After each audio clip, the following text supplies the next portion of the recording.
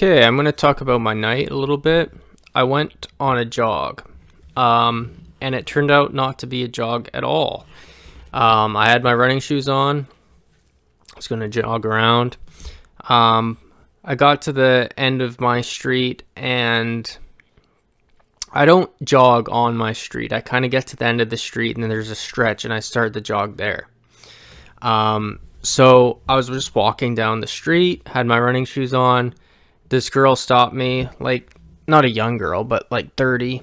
And she said her name was Desiree, and she shook my hand. She said I'm super handsome.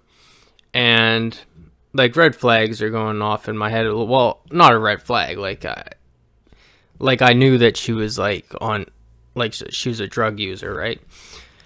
And maybe a prostitute. But that's neither here nor there. She said, "Oh, what are you doing? What are you up to?" And I just said, "Oh, I'm going to go on a jog. I'm going to go down here." She said, "Oh, alone?" I said, "Yeah, alone." And she says, "Well, can I come?" And I said, "Okay." And usually this is what happens. Like, homeless people sometimes ask me to hang out, and I always say okay. And then I just have like a homeless person follow me around. This has happened a few times. This is becoming a pattern of mine. But anyways, so and it's nice because I feel like part of being a man is to help people below you. And the only people below me are homeless people because I do not have my shit together whatsoever. And I'm trying and I'm shooting up. And if there's someone that is wanting to shoot up and they're on the street, or if they're using drugs and I can talk to them and maybe try to help them sort their thoughts, like, yeah, you can follow me and talk to me, and I'll listen to what you have to say, and I'll say, well, what you're saying right now, it sounds a little bit like schizophrenia to me. You're not a demigod, you know.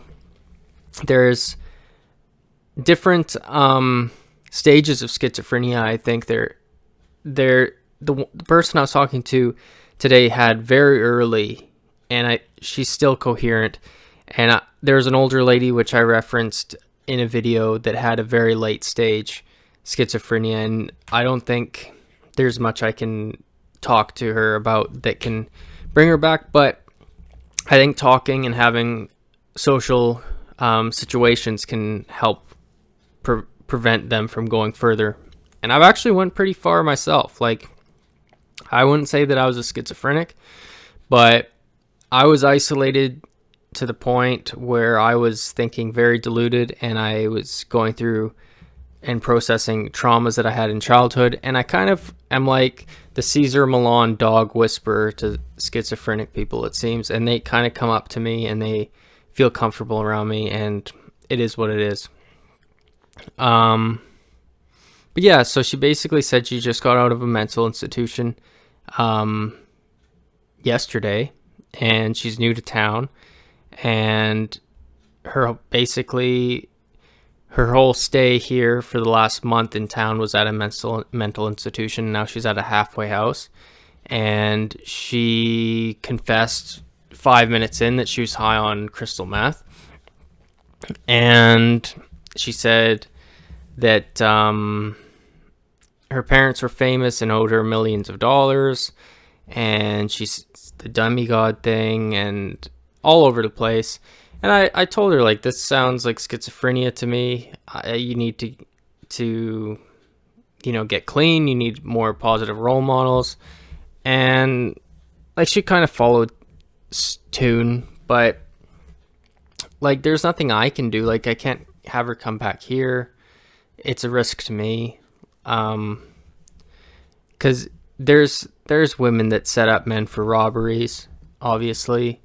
And I could be supportive when I see her, but I can't be getting directly involved in that, and I don't have my shit together to a point where that would make sense. But we hung out for maybe 30 minutes, and we went down for a bit, down the road, and I said, well, I was planning on jogging. Do you want to jog? And literally like 4 seconds. Well, she said okay like 3 times, and literally 4 seconds she said, no, I can't do this. And she was wearing the wrong footwear, so I mean, and she had a big like bag, so it didn't work. But I ended up giving her my business card, the same business card that I was riffing on earlier in an earlier video. It said, I think the title is, I need to stop trying to pull women with janitorial business cards. That video, I gave her one of my cards saying that I'm a janitor with my Instagram on it. And one of the good things about those business cards is I don't have my personal phone number. I just have my Instagram. And it's a private account. So I don't know if she was trying to scam me. I don't know if she was trying to set me up for a robbery, or if she was just trying to get $20 or $50 from me for like a sex, like basically sex, like prostitution, so she can buy meth. But if I took her at face value and she just wanted a positive role model and wanted to come and jog, like she did say to get my phone number so we could meet up again and jog, and I didn't feel comfortable enough to do that because she was asking me where I lived, and that was kind of a huge red flag to my head. Like, oh, do you live around where we met? Oh, where do you live? Who do you live with? Like all these kind of questions. Well, I got to be safe for myself before I can help somebody else. Which is unfortunate. That's the way it is. But if she has a laptop and she can get, or a phone, she could get a hold of me on Instagram if she wants to actually plan a jog, and I can take it from there, because I do want to help people, which is kind of weird because I never wanted to help people when I was a kid. I actually wanted to destroy when I was a kid, kind of because it was just a broken home environment and I was always a troublemaker. But now I actually want to help people, and the people that I can help, I need to be really cautious about, because when you're drowning, if you're saving a drowning person, you can both drown. So I have to be careful with that, but I do want to help. So I just thought I would share that. That was actually only one story. I could give two, really. The second was just an awkward social interaction kind of thing. Kept walking. I did a little bit of a jog after I parted ways with this girl. Nothing crazy. I went down the road a little bit, maybe like a 2-minute jog. Like I wasn't feeling it type thing, but it's good to breathe in the air. It's good to do that. And then there's kind of like this, not a food truck, but kind of like this food kiosk thing of like Jamaican food, and they're having a cookout. They had the big like keg-like drum barbecues where they had all these chicken thighs, the jerk chicken they were making, and they're playing like, I don't think reggae music, dance hall maybe. People were standing with Heinekens. Not many chicks. It was mainly a sausage party. There was 4 chicks.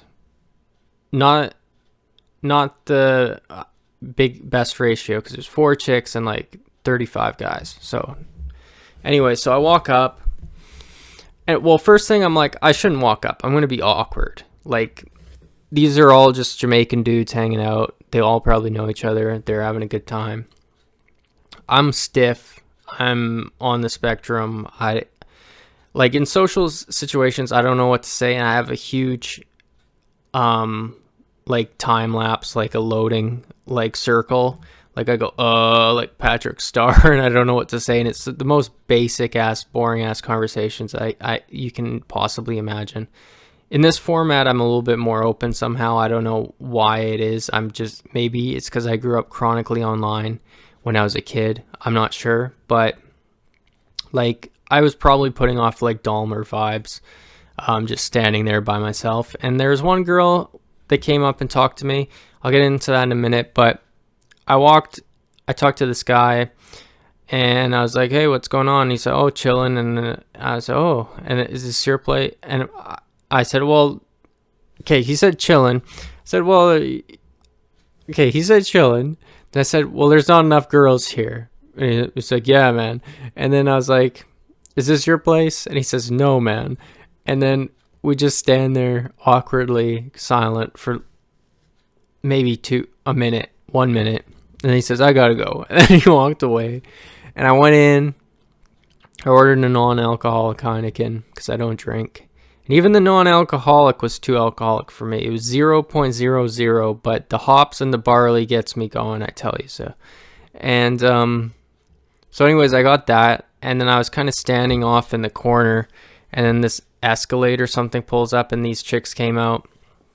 One was like kind of, oh, you look lonely over here. And she started talking to me. And then I started talking to her, and then it was clear that I was boring as fuck. And she said, oh, and then, well, okay, I was boring.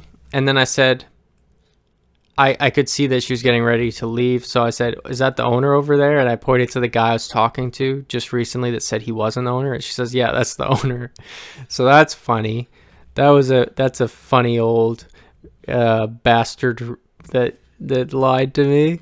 But anyways, so then she says, oh, I gotta go. And then she just walked away. She just beelined, boom, out of there. And now I'm standing by myself again. So I fucked off pretty soon. I was only there for 10 minutes. It was awkward. Like, I was wallflowering at a place where nobody was wallflowering at all. There's some people dancing. There's social groups that everyone seemed to know each other. I was basically crashing the place inadvertently. And I just kind of, I got out of there. So those were my 2 stories for tonight. I did some other stuff today. I think I'm going to put those in a different video. So I'm going to record 2 videos tonight and I'm going to post them up. And I hope everyone's having a good day. And God bless. And peace out, bros and sisters.